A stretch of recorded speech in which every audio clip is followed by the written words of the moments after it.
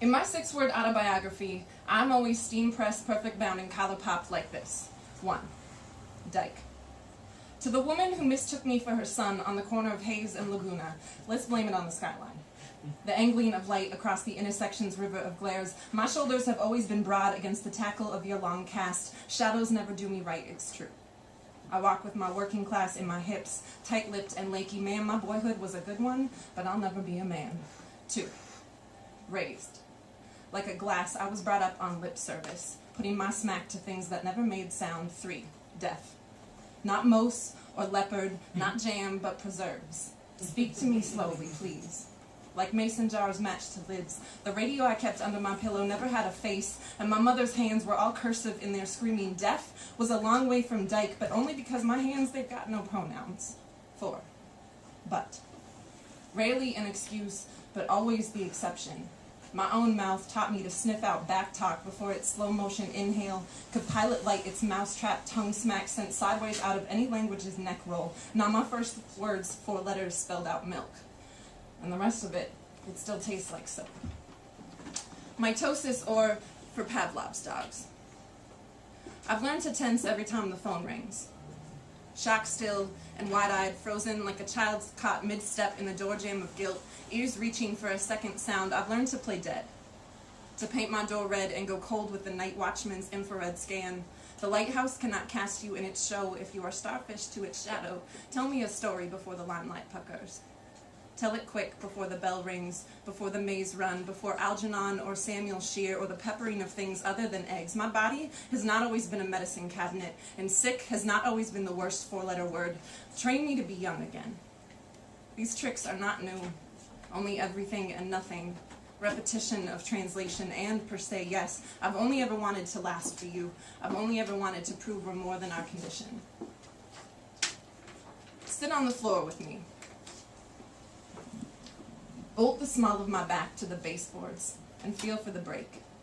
The bass of bilabials bumping through the dimpled mesh of the radio's mouth, its teeth tapping Morse code into the floorboards of our spines. Put your fingers to my sucker punch. And pulse check the traffic report, brought to you by hip bones and heels. Put handprint to hardwood like you would palm a train rail, like feeling in the dark. At 5, I pressed my lips to the grate of my grandmother's Crosley, let broadcast buzz into the pipe of my jawbone, and learned to listen with my tongue, a flick-thin string that carried sound from the world's tin can to mine. At 5, I knew my name only as a chest beat thumped M, as 3 letters scratched into crayon. Knew my mama's call from down the aisle at church, the quick flick of wrists visible only in periphery. Sit on the floor with me and dial my frequency, station me static witness, and open my listening. Crank up your antenna to commercial free me in the quiet, pull the foghorn from your throat, bellow my bass bones, and help me relearn how to flinch. Answer my questions. Who called the time? Wrote the numbers? Where did they learn to form the 1s and 2s that make just after 11? Who taught them to hold the pencil that recorded the hour, tick marks in a bedpost, or your height against the kitchen wall? Who set the bone that burst the vessel that struck the match that lit the fuse of fireworks blooming red and clotted in your brain? How do you choose a coffin for a body that's still growing? Find me along the train tracks. With the rust of mouths I have met only at inhale. With the lip straddle of spotlight sun pulling bent breath through the wormholes of this easy window summer, it is impossible you've been gone less than a season. I take this harmonica everywhere. Tuck it tender in the folds of my grandmother's hanky and keep it in a tin box alongside my work whistle, a lock of hair, label it with your name, the real reminder. One night, deep in the drum of winter, we stood trackside pulling wishbones, and I asked, laughing, where it was you came from.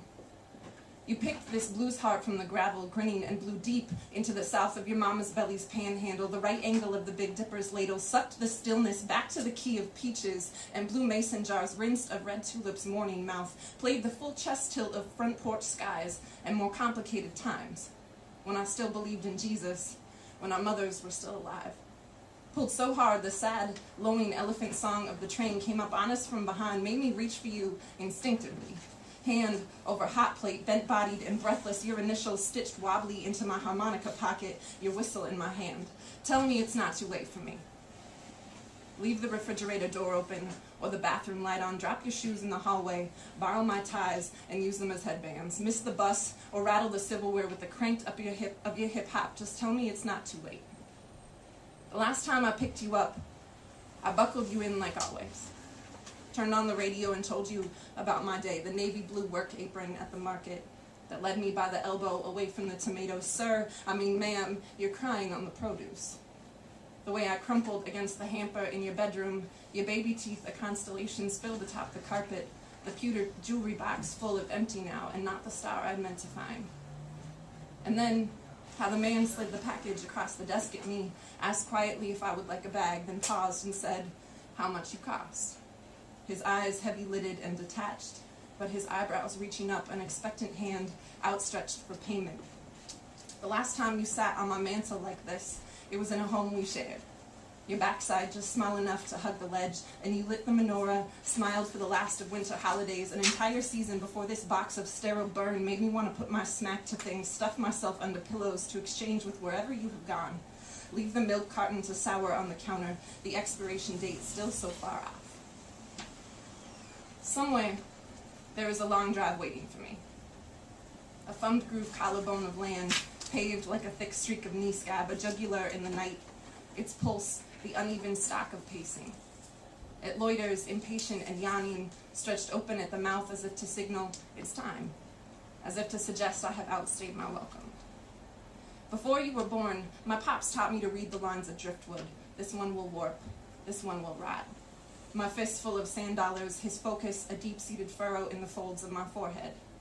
We sat salt-licked for hours in the sun, pulling slick kelp blades from their twine, relearning how to tie a knot, training to build by binding, to tether two at once. Somewhere there is another sky, shark-skinned and smooth by sandpaper, reeled right into the dock of a sweet-boarded porch floor, lapping a smooth-railed wraparound whose hips have settled, save the swing at the front, seats too, and the sway that gives when monsoon season comes. Find me there, still thick-side with the asphalt of April, knee bows hugging the edge, my legs of driftwood tucked like bouquets under each arm, and in the middle, the elbow of a rocking chair, the one I promised you, cradled easy in the lope of my nodding, a half-hitch of fastening, a button through its tear.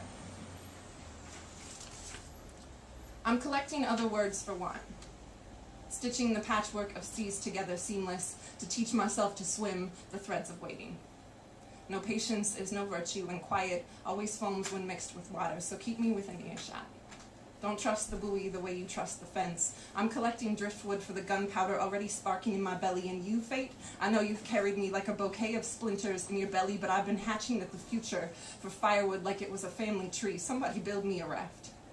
Tree up a house like a hammock, and swing me back to monsoon season, stitch my bones to the scale, and weigh out what comes next. And then there are days when the storm over my house hovers, holds its breath as if passing by a cemetery or traveling through a tunnel. It waits with palm outstretched for the face wave slap of ice water against skin gone numb in the wade. Tonight, somewhere in Salt Lake, there is a couch curling its cushions for the cries my body will bring to it, the window lipped and pouting already from my chest, yawning tectonic. There is violence to every new beginning, and what do we know of false starts? To try on a city like a shoe, to imagine its footprint in dust that is not yet settled. Thank you, guys. Yeah.